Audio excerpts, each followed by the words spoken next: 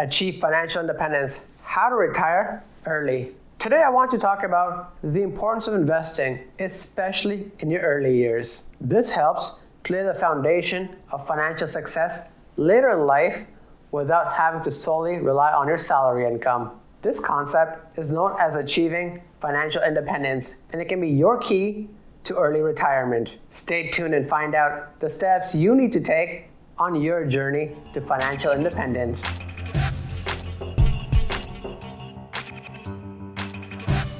Hey, what's up guys? Welcome back to the channel. I'm your host Danish, and I'm your personal finance, investing, and real estate topics easy to understand and keep up with.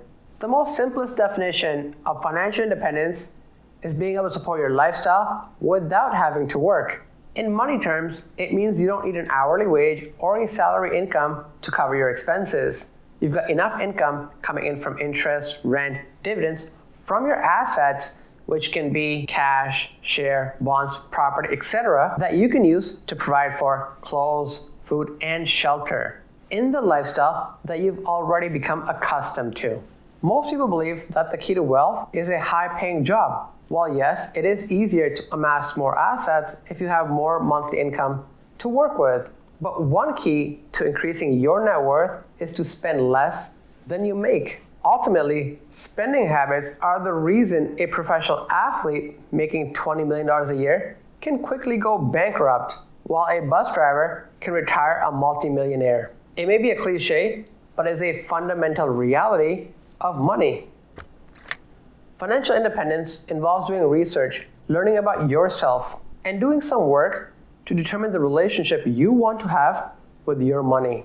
It requires investigating the sources of happiness in your life and setting priorities that allow you to maximize your happiness. It means both understanding the psychological impact of modern day consumerism culture and calculating how much money you need in order to stop working. In a nutshell, this concept comes down to having built up a portfolio of assets and using the income to sustain your standard of living for the long term. Not only that, but this also acts as a safety net should you end up losing your job and have other means of supporting your family.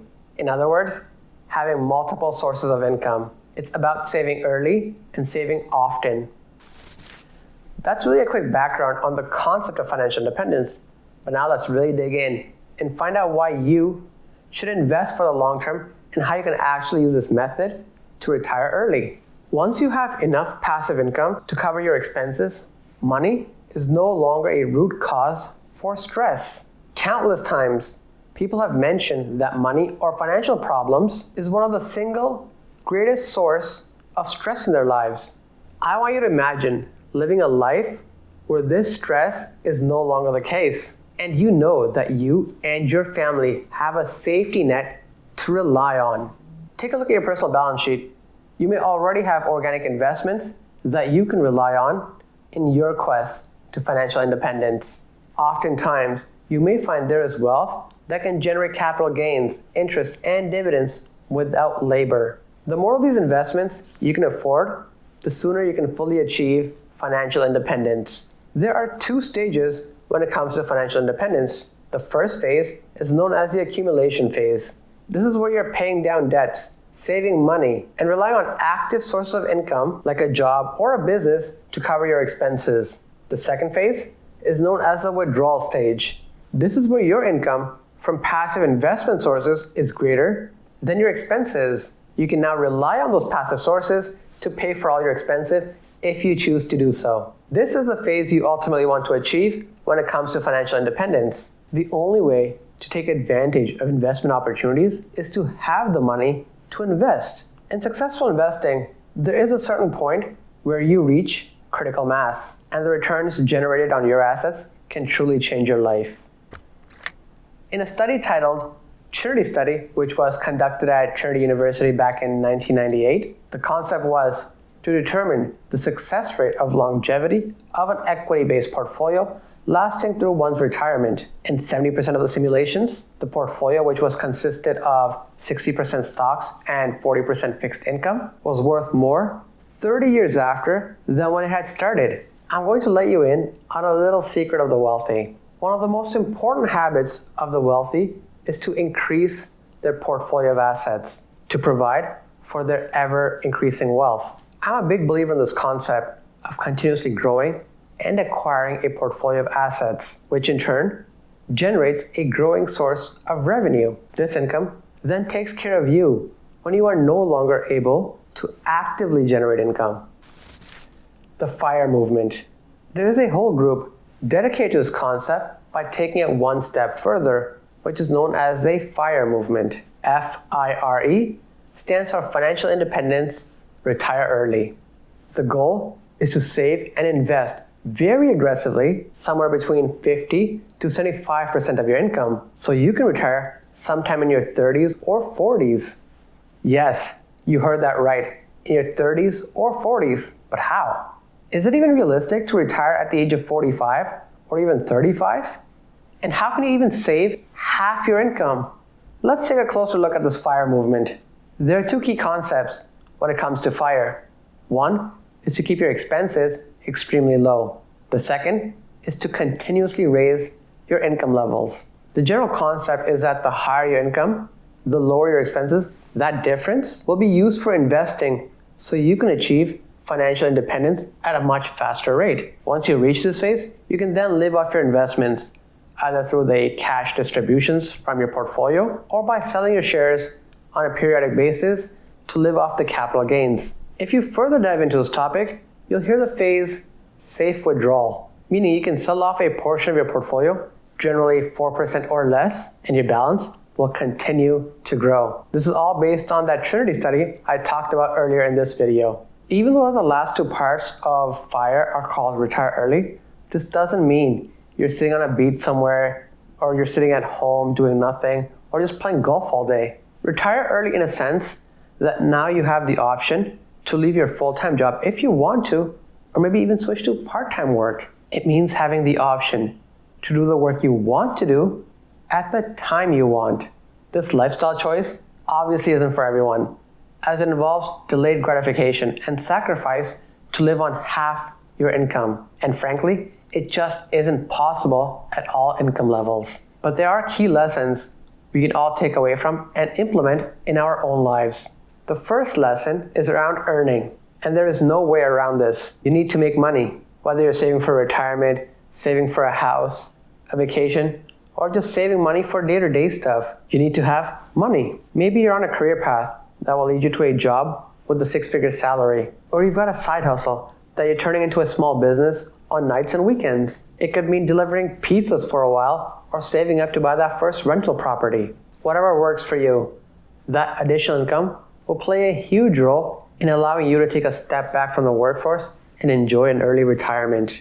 The next key lesson is saving. Here's another theme among those that follow the FIRE movement. They take the time to really look at where their money is going. They define wants and needs and cut out spending that doesn't make sense to them. That means getting on a budget and sticking to it.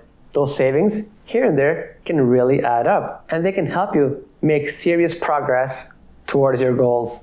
The third key lesson is investing.